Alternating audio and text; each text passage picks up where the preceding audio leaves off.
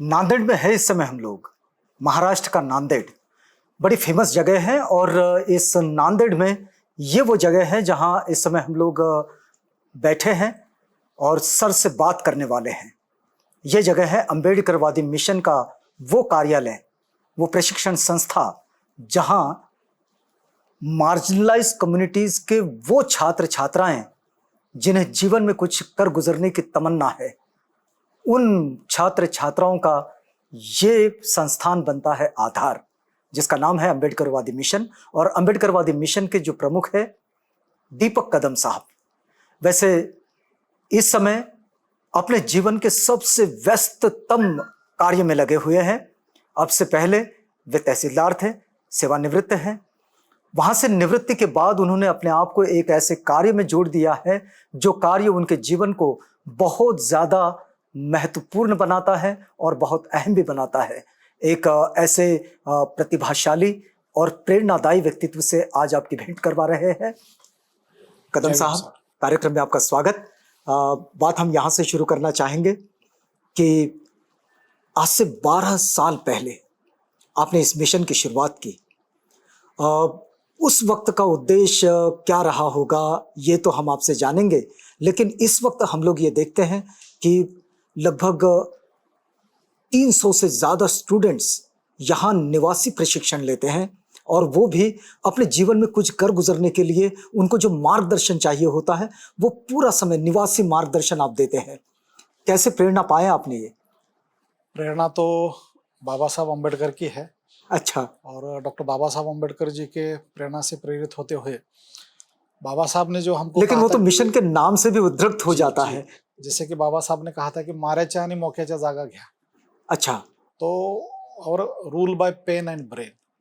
तो बस ये मेरे ख्याल से शायद आपने ब्रीद बना लिया है अंबेडकरवादी मिशन का। और हमने ये तय किया है कि उसको प्रैक्टिकली इम्प्लीमेंट करना चाहिए, क्योंकि आज मुझे लगता है कि मैं हमेशा कहता हूँ कि भाई मैं कोई विचारक नहीं हूँ, मैं कोई अभ्यासक नहीं हूँ, मैं फुले शाहू अम्बेडकर के मूवमेंट का टेक्नोक्रेट हूँ, क्योंकि आज हमको साइंस की नहीं टेक्नोलॉजी की आवश्यकता है। लेकिन ये लगा क्यों आपको? तो इसीलिए लगा क्योंकि राष्ट्र निर्मिति के लिए, समाज के समस्याओं को सुलझाने के लिए जी, जिस तरह से शासन प्रशासन लगा है, तो मुझे लगता है कि जो आम आदमी की जो समस्या है तो 80% समस्या प्रशासनिक होती है। तो प्रशासक अगर मानवीय चेहरे के हो, वो अगर मानवता पूर्ण करुणापूर्व अगर काम करे, कॉन्स्टिट्यूशन को, भारतीय संविधान को प्रमाण मानते हुए अगर वो संविधानिस्ट हो, तो मुझे लगता है कि आम आदमियों की 80% समस्या जो तो आम सुलझ जाती है, प्रशासक ही सुलझा सकती। क्या आपने आपके प्रशासनिक कार्य के दौरान ये दिक्कत महसूस की? जी जी जी, क्योंकि मैं जब तहसीलदार था, आपने कहा कि सेवानिवृत्त, तो मैं यहाँ पर एक छोटी सी मैं करेक्शन करना चाहता हूँ कि मैं सिर्फ 2 साल मैंने जॉब किया है, मेरा प्रोबेशन किया है और अच्छा। 2 साल करके मैंने उसको छोड़ दिया, क्योंकि 2006 मतलब आपने रिजाइन करके ये काम शुरू किया? रिजाइन करके मैंने काम शुरू किया। और ये 17 साल पहले, 18 साल पहले से ये काम शुरू है। और ये अम्बेडकरवादी मिशन की जो उससे पहले जैसे मैंने पद को छोड़ के काम शुरू किया, तो बाबा साहब अम्बेडकर की जयंती को हम परंपरागत तरीके से मनाते हैं। जैसे कि हम शोभा यात्रा निकालते हैं, हम फूलमाला पहनाते हैं, हम अलग अलग झांकियां निकालते हैं। तो हमने एक नया कंसेप्ट समाज को दिया है कि बाबा साहब अम्बेडकर 18-18 घंटे पढ़ते थे, तो हमने बाबा साहब अम्बेडकर की जयंती 18 घंटे पढ़ के बाबा साहब को अभिवादन करना, अभ्यासात्मक अभिवादन करना। अच्छा, जो अभी हम लोग देखते हैं कि लगभग महाराष्ट्र और महाराष्ट्र के बाहर भी बहुत सारे लाइब्रेरीज हैं जहां ग्रुप स्टडी होते हैं, वे लोग 18 घंटे स्टडी करते हैं। उसकी जो शुरुआत मैंने की थी और उसकी शुरुआत 2006 में हमने नांदेड़ से की थी, अम्बेडकरवादी मिशन के माध्यम से की थी। और उस सिलसिले में मैंने पूरे 4 साल, बोले तो 2006 से लेकर 9 तक 4 साल 4 राष्ट्रीय अभियान निकाल के पूरे स्टेट को विजिट करके, नियर अबाउट 150 से ज़्यादा यूनिवर्सिटी को विजिट करके ये 18 घंटे स्टडी प्रोग्राम को हमने समाज में और हमारे यूथ में और विद्यार्थियों में हमने जो है तो उसको पिरोया है। और आज हजारों जगह बच्चे 18 घंटे स्टडी करके बाबा साहब अम्बेडकर जी को अभ्यासात्मक अभिवादन करते। मुझे लगता है कि ये प्रत्यक्ष कृति करते हुए बाबा साहब को जो सही मायने में अभिवादन होता है। जी जी जी, और ये वास्तविक अभिवादन है। जी जी। एक एक बात है सर कि जैसे हम लोग देख रहे हैं कि ये जो सेटअप है जहाँ अम्बेडकरवादी मिशन चलता है, ये एक बड़ा सेटअप है। लगभग 300 छात्र छात्राएं यहाँ मिलकर ग्रुप स्टडी करते हैं। हमने ये भी देखा कि यहाँ एक बड़ी सी लाइब्रेरी है, 2 लाइब्रेरीज हैं। और ये भी देखते हैं कि जो स्टडी रूम्स हैं, वो स्टडी रूम्स भी बहुत बड़े स्टडी रूम्स हैं। ये सारी चीज़ें क्या लोक सहभागिता से आती है, जनता की सहभागिता से आती हैं, या फिर इसमें कुछ विशिष्ट लोग जुड़े हैं? कैसा कैसा देखते हैं? क्योंकि हमने आपको ये सवाल पूछने का भी एक कारण ये है कि जैसे हमने एंट्री की, तो हमने देखा कि अम्बेडकरवादी मिशन की कोई स्थावर मालमत्ता जो है, कोई जितनी भी संपत्ति है, वो जनता की है। जनता की, सही इसका इस मिशन के हम कोई उसके मालिक नहीं, पदाधिकारियों से मालिक नहीं है, उनका कोई संबंध समाज इसका जी मालिक जी। है। तो इसलिए भी हमने जानना चाहा कि ये सही क्या है। कहा आपने, क्योंकि सबसे बड़ी बात है कि पूरे भारत में ये अम्बेडकरवादी मिशन की तरह ये पहला इंस्टीट्यूशन है जो खड़ा है, जो जिस तरह से हम प्रशासनिक बच्चों को तैयार कर रहे हैं प्रशासक बनाने का, तो इस तरह का ये पहला केंद्र है जो पूरे भारतवर्ष में यहाँ पर खड़ा है और ये चल रहा है। यहाँ पर भी है और दिल्ली में 2 सेंटर है। तो दूसरी बात यह है कि इसको समाज के माध्यम से हमने बनाया, लोक सहभागिता के माध्यम से बनाया। और ये भी बड़ी खासियत है क्योंकि ये समाज में वो ताकत है, हमको ना तो गवर्नमेंट के पीछे लगने की जरूरत है, ना तो हमको किसी विशिष्ट सत्ताधारी वर्ग के पीछे हमको लगने की जरूरत नहीं। समाज में वो ताकत है। मुझे लगता है कि समाज के लोक कल्याणकारी अगर कोई हित का कोई काम हो तो समाज उसको खड़ा करता है। उसका एक अच्छा उदाहरण अम्बेडकरवादी मिशन है और विगत 12 साल में इसको हमने खड़ा किया है। और यहाँ पर साल में 300 बच्चे तो रेसिडेंशियल होते, साल में 1000 बच्चे यहाँ से प्रशिक्षण पा के बाहर चले जाते। दिल्ली में हमारा 2 सेंटर है, वहाँ पर भी पूरे भारत के जो स्टूडेंट्स हैं जो यूपीएससी करने आते हैं तो वो भी लाभ जो है तो वो क्या क्या यहाँ पर आप सिर्फ यूपीएससी और एमपीएससी की ही तैयारी करवाते हैं? एमपीएससी, बैंकिंग, बाकी जो भी जॉब ओरिएंटेड जो भी मतलब जितनी भी प्रतियोगिता हाँ, परीक्षाएं हैं। जी जी जी। कैसा रिजल्ट देखते हैं आप इन 12 रिजल्ट सालों में? बाहर की तुलना में बहुत अच्छा है, क्योंकि यहाँ पर और दूसरी मेन बात है कि यहाँ पर जो दबे कुचले वर्ग के जो बच्चे हैं, गरीब बच्चे, यहाँ पर कोई विशिष्ट जाति विशेष के लिए काम नहीं, पूरे भारत के सभी वर्ग के प्रवर्ग के स्टूडेंट्स के लिए। क्योंकि बाबा साहब ने जैसा कहा था कि मैं पहले भारतीय हूँ और लास्टली मैं भारतीय हूँ, फर्स्टली इंडियन और लास्टली इंडियन, तो उसी तरह हमने अम्बेडकरवाद यह राष्ट्रवाद है। तो इसलिए हमने यहाँ पर कोई विशिष्ट जाति वर्ग नहीं, यहाँ तो सभी वर्ग के जो बच्चे जो गरीब तबके से आते, वंचित तबके से आते, पिछड़े हैं जो यानी, तो ये वर्ग के जो बच्चे हैं तो ये बच्चे प्राधान्य से हम उनको यहाँ पर एडमिशन देते और उनको हम यहाँ पर 6-6 महीने के बैच में। लेकिन आप कैसे चुनते हैं इन छात्र छात्राओं इनके लिए को? हमने साल में 2 बार हम एंट्रेंस लेते। अच्छा। एक 26 जून को जो राजश्री शाहू महाराज जी का जो जन्मदिन होता है तो उस दिन हम लेते, क्योंकि उन्होंने प्रशासनिक जो आरक्षण है, क्योंकि रिलीजियस ब्यूरोक्रेसी को खत्म करते हुए उन्होंने पहली बार आरक्षण हमको दिया, तो उनके सम्मान में हम एक एंट्रेंस लेते। और 1 जनवरी को, क्योंकि 1 जनवरी को जो है तो महात्मा फुले ने हमको शिक्षा देने का काम प्रारंभ किया, सावित्री माई ने काम शुरू किया, स्कूल उन्होंने शुरू कर दी थी। और विजय शौर्य दिन है तो उस उपलक्ष्य में हम 1 जनवरी को एक हमारा एंट्रेंस होता है और एक 26 जून को होता है। तो साल में 2 एंट्रेंस लेके 6-6 महीने के लिए हम यहाँ पर बच्चों को हम चुनते, और वो भी क्राइटेरिया है कि गरीब बच्चों को प्राधान्यता हो सके और सभी प्रवर्ग के सभी कैटेगरी के बच्चों को यहाँ ले। कितने बच्चे अमूमन इसमें हजारों बच्चे शामिल होते हैं और हमको तो लगता है कैसे बच्चों की डिमांड बहुत है। आपको क्या लगता है कि ये सेटअप और बड़ा होना चाहिए? बड़ा होना चाहिए, क्योंकि ये तो कैसा ये अभी तो 10-12 साल में इसको हम लगातार बड़ा करने में हम व्यस्त है, क्योंकि पहले तो हमारे पास यानी 100 बच्चे, लगभग 100 बच्चों का रेसिडेंशियल था, लड़कियों का पहली बार हमने रेसिडेंशियल दिया। अब हम धीरे धीरे जो है तो बॉयज़ के लिए भी रेसिडेंस जो है तो वो शुरू किया। तो हम लगातार हमारी क्षमता बढ़ा रहे, लेकिन मुझे लगता है कि इंफ्रास्ट्रक्चरल इम्प्रूवमेंट में बहुत सारे लिमिटेशन भी है, उसके लिए इकोनॉमी बहुत ज़्यादा लगती है। तो वो देखते हुए यानी वहाँ पर हम थोड़े से यानी कम गिर रहे हैं, ऐसा मुझे लगता है। क्या आपको लगता है कि संवैधानिक संस्कृति से परिपूर्ण कितने छात्र छात्राएं आपने एक लीडर के रूप में, राष्ट्र निर्माण में अपना योगदान देने वाले लीडर्स के रूप में आपने तैयार किए हैं? अभी तक पूरे भारतवर्ष में 22 स्टेट में हमारे 180 IAS, IPS, IFS और IRS जो लड़के हैं, तो आज 22 स्टेट में हमारे बच्चे आज संवैधानिक अधिकारी पद पर काम कर रहे हैं। महाराष्ट्र का ऐसा कोई जिला नहीं है जहां पर अम्बेडकरवादी मिशन का ऑफिसर नहीं, क्योंकि 200-250 से ज़्यादा पीएसआई हमारे पुलिस ऑफिसर्स है, 200 से ज़्यादा हमारे जो एमपीसी में क्लास 1 क्लास 2 जो ऑफिसर रहते हैं वो है। उसके बाद 60 से ज़्यादा हमारे बैंक पीओ ऑफिसर जो है तो वो आज कार्यरत है। और कार्यालयों में 1000 से ज़्यादा सरकारी नौकरियाँ जो है तो विविध जो क्लास 3 पोस्ट है, बाकी की जो पोस्ट है, तो उसके ऊपर हमारे जो स्टूडेंट्स है मिशन के वो अभी कार्यरत है। इनका योगदान जो आप देखते हैं, क्योंकि आपने तो इन बच्चों को तैयार होते देखा है और अब वो प्रशासन में भी काम कर रहे हैं, आप स्वयं प्रशासन में रहे हैं, तो आपका भी अपना एक अनुभव रहा होगा। आप कैसा देखते हैं कि नेशन बिल्डिंग में इन युवाओं का कैसा योगदान आता है? क्योंकि मिशन शुरू करने का मकसद ही वही था कि ये महात्मा फुले, राजर्षि शाहू महाराज, डॉक्टर बाबा साहब अम्बेडकर के विचारों से ये बच्चे प्रेरित हो, और जब वो अपने पदों के ऊपर जाए तो वहां पर वो एक मानवीय चेहरा लेके करुणामय भावना से आए वाले हर सामान्य से सामान्य जन का जो समस्या है उसको सुलझाए। तो उसके लिए मुझे लगता है कि ये बड़े यानी बड़े पैमाने पे मैं देखता हूँ, क्योंकि वो हमारा तो पहला मकसद ये है कि यानी पे बैक टू सोसाइटी आपको जो करना है, तो संविधान को केंद्र मानते हुए उसको आपको आने आपका कर्तव्य निभाना है, आपके कर्तव्य का निर्वहन जो तो वो करना है। तो मुझे लगता है कि इसमें हमारे जो स्टूडेंट्स है तो बहुत अच्छा काम जो तो वो अपने अपने जगह पे कर रहे हैं, और एक आइडियल ऑफिसर बन के, क्योंकि आने वाले समय में मुझे लगता है कि ये पूरे जो स्टूडेंट्स हैं हमारे, तो एक अपना जो जो काम में और बाकी प्रशासनिक काम में और राष्ट्र निर्मिति के और समाज को पे बैक टू सोसाइटी में एक आदर्शवत यूथ जो है तो बन के सामने आएंगे। यहाँ अगर हम लोग देखें कि क्या बच्चे सिर्फ यहाँ रहते हैं या फिर वो उनकी सेल्फ स्टडी करते हैं या फिर नहीं नहीं, अम्बेडकरवादी मिशन इनको गाइड भी करता है? कोचिंग भी करते हैं हम, क्योंकि अच्छा। अम्बेडकरवादी मिशन नांदेड़ में जो है जी। तो उनको एमपीएससी के लिए अलग कोचिंग होती है, यूपीएससी के लिए हमारे दिल्ली से कुछ बहुत ही बढ़िया क्लासेस से हमारा टाइप है। तो आधुनिक माध्यम से सैटेलाइट से सैटेलाइट के माध्यम से वीसैट से हम वहाँ से जो लेक्चर है तो वो नांदेड़ के लिए लाइव करते हैं।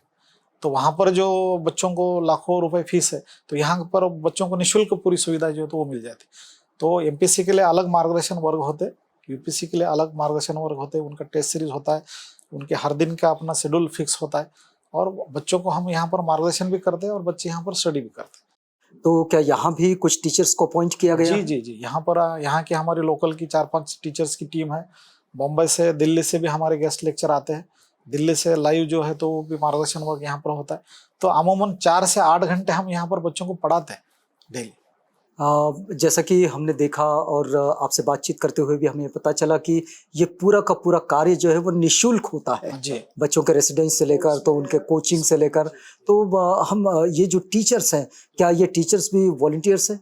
नहीं नहीं, क्योंकि यहाँ पर निःशुल्क उसी बच्चों को हम देते जिनका प्रीलिम निकला है। हाँ हाँ। जिनका प्रीलिम का रिजल्ट आया उनके मेंस के लिए पूरी तरह से निःशुल्क है। दिल्ली में भी हम निःशुल्क देते हैं, जो प्रीलिम निकला है मेंस की तैयारी में जो बच्चे आते हैं पूरे भारतवर्ष से, उसके बाद जो इंटरव्यू के लिए आते हैं उनके लिए भी रेसिडेंशियल और बाकी फैसिलिटी जो है हमारी वो निःशुल्क होती है। नांदेड़ में भी हम प्रीलिम जिनका निकलता है, एमपीसी हो, यूपीसी हो, बैंकिंग हो, उनको हम मेंस की तैयारी के लिए, इंटरव्यू की तैयारी के लिए निःशुल्क सेवा देते हैं। उसी के साथ साथ यहाँ पर हम जो मेहतर समाज से बच्चे आते हैं हमारे, जो मुस्लिम लड़कियां हैं विशेष तौर से, जो हमारे भटके समाज से है, जो विमुक्त समाज से जो लड़के आते हैं हमारे नोमैडिक जो है, तो उन लोगों को यहाँ पर निःशुल्क जो है तो 100 बच्चों को हम प्रवेश देते हैं। और साथ साथ जो बच्चे बाकी जो मिनिमम डोनेशन देते, क्योंकि उसका क्राइटेरिया भी हमने फिक्स किया, क्योंकि बाहर के प्राइवेट क्लासेस में जो लाखों फीस है तो उतनी हम यहाँ नहीं लेते, क्योंकि बाहर के क्लासेस की तुलना में सिर्फ 5% डोनेशन हम लेते, एक टोकन, यानी बहुत ही कम है। मतलब बाहर अगर 100 रुपए लगते हो तो यहाँ 5 रुपये लगेंगे। जी हाँ। तो उस क्राइटेरिया से यहाँ पर हमें एडमिशन देके रेसिडेंशियल जो फैसिलिटी, क्योंकि रेसिडेंशियल फैसिलिटी देके यानी यहाँ पर पढ़ाते हैं, हम पढ़ के लेते हैं। रेसिडेंशियल फैसिलिटी, हॉस्टल है, 24 घंटे लाइब्रेरी है यहाँ पे, 24 घंटे अभ्यासिकाएं हैं, और ये पूरी फैसिलिटी जो है 24 घंटे मिशन चालू रहता है, क्योंकि मिशन को कभी लॉक नहीं लगता है, मिशन कभी 24 घंटे में कभी बंद नहीं होता है। जी, तो इस जी, तरह जी। से 24 घंटे काम करने वाला ये मिशन है। अगर हम अम्बेडकरवादी मिशन की गुणवत्ता को समझे तो क्या आप कहेंगे? गुणवत्ता कहेंगे तो मुझे लगता है कि बाहर के किसी भी अच्छे इंस्टीट्यूशंस के तुलना में गुणवत्ता में हम कहीं कमी नहीं है, क्योंकि हम महापुरुषों के विचार के आधार पर काम कर रहे हैं। तो मुझे लगता है कि गुणवत्ता में हमको तो पीछे आना ही नहीं है, क्योंकि वो तो हमारा प्रयास है कि हम यहाँ पर गुणवत्ता को बनाए रखने की कोशिश जो है तो वो हमेशा करते हैं।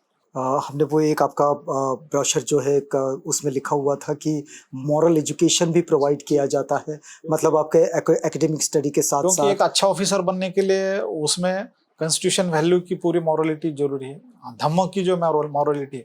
क्योंकि यहाँ हमारा हमारा रूल ये है कि बच्चे ने पंचशील का पालन करना चाहिए। क्योंकि यहाँ पर जो बच्चे सभी प्रवर्ग के आते हैं तो उनके लिए हम यहाँ पर सभी कास्ट कैटेगरी के बच्चों के लिए हम श्रामणेर शिविर हर बैच में एक हमारा 10 दिन का श्रामणेर शिविर होता है। और उसमें सभी श्रामणेर बनते और हैं। उसमें एक आपको आश्चर्य की बात यह है कि सभी जाति विशेष के सभी बच्चे यहाँ पर 10 दिन का श्रामणेर शिविर में भाग लेते हैं। तो मुझे लगता है कि बाहर इस तरह से इतने उच्च शिक्षित जो यूथ है तो वो बाहर आपको हर जाति समूह के नहीं मिलेंगे कि जो श्रामणेर होते, विशिष्ट धर्म के वर्ग में से आपको मिलेंगे। लेकिन यहाँ पर हमारे मराठा बच्चे भी श्रामणेर होते, यहाँ पर हमारे लिंगायत बच्चे भी श्रामणेर होते, यहाँ पर हमारे मातंग बच्चे भी श्रामणेर होते।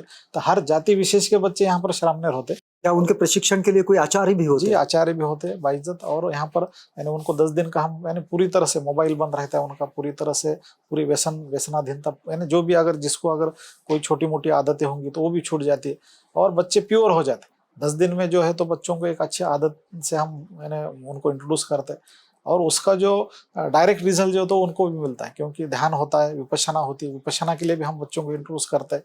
तो इस तरह से मॉरल एजुकेशन जो है, क्योंकि एक अच्छा ऑफिसर बनने के लिए, एक अच्छा भारतीय बनने के लिए मुझे लगता है कि पंचशील का पालन बहुत जरूरी है। मुझे लगता है कि आपको संवैधानिक मूल्यों का पालन जो है तो वो बहुत जरूरी है और उसको वो जो है तो वो शिक्षा देने की पहली कोशिश हम करते हैं। क्योंकि पहले वो अम्बेडकरवादी बनेगा तो फिर अच्छा ऑफिसर भी बनेगा। मतलब वो हिंसाचारी ना हो, जी जी, वो झूठ बोलने वाला ना हो, बिल्कुल नहीं, पंचशील का पूरी तरह से पालन करने वाला। बिल्कुल बिल्कुल। आप इस आपके पूरे कार्य में, जैसे आपने कहा कि 17-18 साल पहले आपने इस काम को शुरू किया और पिछले 12 साल से ये प्रत्यक्ष रूप से काम कर रहा है। कभी ऐसा भी होता है क्या कि जब भी कोई एंट्रेंस एग्ज़ाम को फेस नहीं कर पाया, किसी बच्चे को ये पता ही नहीं चला कि कोई एंट्रेंस एग्ज़ाम होता है और कोई ऐसा बच्चा है जो बहुत नीडी है और वो आना चाहता है, तो क्या ऐसे लोग भी संपर्क करते हैं? नहीं, उनको भी हम एक्सेस देते हैं। तो संपर्क करते हैं ऐसे लोग? बिल्कुल बिल्कुल, बहुत सारे बच्चे आते हैं तो हम भी यानी उनकी जरूरत को देखते हुए और होनहार अगर बच्चा है तो उनका कोई नुकसान ना हो इसलिए उनको हम डायरेक्ट भी एडमिशन देते हैं। ऐसा नहीं। आपका ये पूरा जो कार्य चल रहा है, इस पूरे कार्य में अगर ये समझा जाए कि बाबा साहेब जिस तरह के यूथ को देखना चाहते हैं या फिर जिस तरह के भारत का सपना बाबा साहेब देखते हैं, उसकी पूर्ति में ये जो यूथ है जो अम्बेडकरवादी मिशन से निकल रहा है, ये कितना उसमें अपना सहभागिता दे पाएगा? मुझे लगता है क्योंकि हमारा मकसद ये था, क्योंकि अम्बेडकरवादी मिशन क्या है तो बाबा साहब के 2 कोटेशन के ऊपर खड़ा है। जैसे कि बाबा साहब जी ने कहा था कि I am Indian firstly and lastly, और दूसरा जो कोटेशन है rule by pen and brain. तो भैया अम्बेडकरवाद क्या है, तो मैं पहले भारतीय हूँ और आखिर में मैं भारतीय हूँ। तो हम यहाँ पर राष्ट्रवाद की जो शिक्षा है जी, तो उसको हम प्राधान्य देते, क्योंकि मिशन का मकसद ये है कि राष्ट्र निर्मित हो। तो राष्ट्र निर्मित किस दिशा में हो, तो बाबा साहब अम्बेडकर जी ने 25 नवंबर 1949 को कॉन्स्टिट्यूशन असेंबली में लास्ट स्पीच दिया था। तो उसमें बाबा साहब ने कहा था कि भाई हम राष्ट्रीय कब बनेंगे, जब हम जाति को तोड़ेंगे तब हम राष्ट्रीय बनेंगे, जाति के टुकड़े में हम कभी भी राष्ट्रीय नहीं बन सकते। तो बाबा साहब ने वहाँ फार्मूला दिया था, हम भारत भारतीयों में बंधुत्व कब आएगा, जब हमारी जाति टूटेगी, एनालिसिस ऑफ कास्ट होगा, तब बंधुत्व आएगा, तब राष्ट्रीयत्व भारतीयत्व तैयार हो जाए। तो मुझे लगता है ये शिक्षा को हम केंद्र बिंदु यहाँ मानते हैं और यहाँ पर बच्चे जो स्टूडेंट्स हमारे हैं तो सच्चे पैना में भारतीय बने, सच्चे पैना में राष्ट्रवादी बने और राष्ट्र के लिए समर्पित होकर काम करें। और दूसरी बात यह है कि हम rule by pen and brain, क्योंकि हम फुले शाह अम्बेडकर की मूवमेंट को हम देखते हैं तो हम मैक्सिमम तौर पे हम स्ट्रीट फाइट को हम प्राधान्य देते हुए हमको हम एक नजारा आगे बढ़ते हुए देखते हैं लोगों को। तो मुझे लगता है कि ये मूवमेंट ये स्ट्रीट फाइट नहीं, ये मूवमेंट जो है तो ये कोई रास्ते पर की लड़ाई नहीं, ये ब्रेन वॉर है, ये ब्रेन की लड़ाई है, फुले शाह अम्बेडकर की लड़ाई ब्रेन की लड़ाई। तो मुझे लगता है कि यूथ को उनका ब्रेन को कल्टिवेट करने की, बाबा साहब अम्बेडकर ने कहा कि भाई आदमी का सबसे बड़ा मकसद क्या है, तो कल्टीवेशन ऑफ माइंड। तो कल्टीवेशन माइंड है, तो यहाँ पर अम्बेडकरवादी मिशन में वही किया जाता है कि बच्चों का कल्टीवेशन किया जाए, उनके माइंड को कल्टीवेट किया जाए। किस दिशा में किया जाए, भारतीयत्व की दिशा में किया जाए। राष्ट्रीयत्व के दिशा में किया जाए, समाज निर्मिति के नए समाज निर्मिति के पैमाने उनके सामने खड़े हो, वो एक शुद्ध आचरण उनके सामने आ जाए, पंचशील का पालन हो, उनका संवैधानिक मूल्यों का पालन हो, समाज में जाके वो विचारों को फैलाए। तो मुझे लगता है इस बात को प्राधान्य देते हुए हम यहाँ पर काम करते हैं। तो सिर्फ ऑफिसर ही बनाना नहीं, जो बच्चे ऑफिसर नहीं बन बल्कि पाते, बेहतर नागरिक बनाना, बेहतर नागरिक बनना, क्योंकि जो बच्चे ऑफिसर नहीं बन पाते तो मुझे लगता है कि अच्छे नागरिक बन के अलग अलग क्षेत्रों में काम कर रहे, क्योंकि कुछ बच्चे हमारे, जैसे कि औरंगाबाद में एक हमारा स्टूडेंट है, तो स्ट्रीट के जो बच्चे जो पाल डाल के जो रास्ते के ऊपर काम कर, तो उनके बच्चों को पढ़ाने के लिए 3 स्कूल उन्होंने खोला है। जो बम्बई में हमारे बच्चे हैं तो वो स्लम एरिया में जाके जो है तो उनको पढ़ाने का काम जो है तो वो करते हैं।